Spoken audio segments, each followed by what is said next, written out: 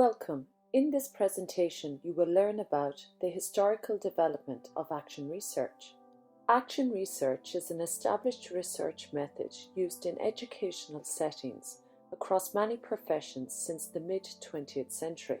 Action research is professionals examining their own practice in order to improve it. The first research practice that can be labelled as action research was based on the philosophical pragmatism of Dewey.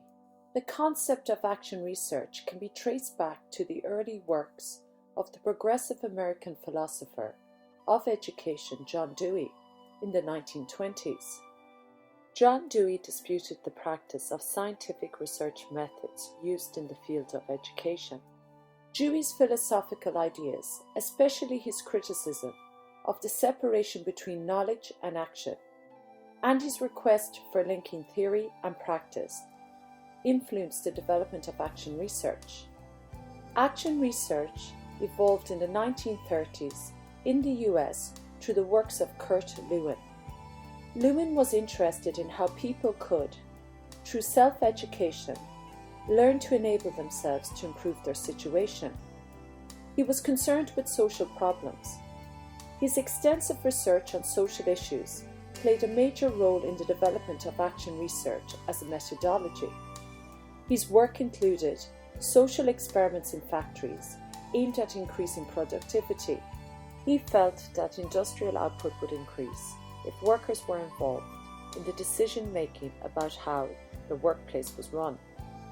He developed an approach called dynamic group work to facilitate social change and address conflict, crisis, and change within organizations. He changed the role of the researcher from an observer to an involved participant in the group. In 1933, Kurt Lewin met with social psychiatrist Eric Trist at the London Tavistock Clinic for Human Relations. Trist was impressed with Lewin's theories and his pioneering action research approach. As a result, the Tavistock Clinic adopted Lewin's work and began to use action research to study industry and group behaviour. Both Lewin and Trist affirmed the role of group relations as a basis for problem solving. They both believed that decisions are best implemented by those who help make them. Lewin popularized action research in the 1940s. He saw action research as an approach to research that is orientated to problem solving in social and organizational settings, and that had a form that parallels with Dewey's conception of learning from experience. He proposed that action research involves an ongoing cycle of planning, acting, observing, and reflecting on change. In 1946, Lewin coined the term action research in his paper Action Research and Minority Issues. In the paper, he describes a research method that did not separate the investigation from the action needed to solve the problem. Like Dewey, he found that experimental methods in many cases were inadequate and unsatisfactory. Like Dewey, he believed in the idea of education research in which teachers are active participants, not just users or objects of research.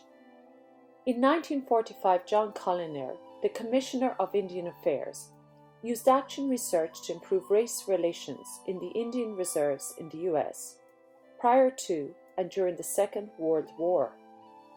Lewin and Collier's idea of action research came at the same time, independent of one another.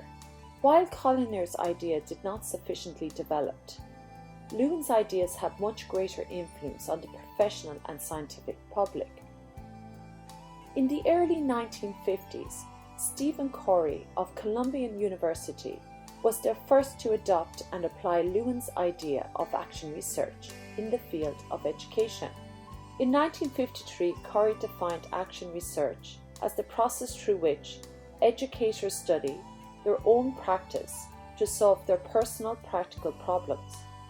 As an educator, he believed action research in education would bring about change because educators would be involved in both the research of their everyday practice and the application of the research results. Despite the promising outcomes of Lewin's theories, action research was in decline by the end of the 1950s as the result of the emergence of new research models. Action research was described as unscientific, little more than common sense, the work of amateurs. Experimental quantitative research began to dominate. The new goal of educational research is to be objective. Despite initial enthusiasm, the idea of the teacher-researcher was suppressed and replaced by so-called large studies, in which there was a clear division between researchers and practitioners. However, action research emerged from development work in low-income countries.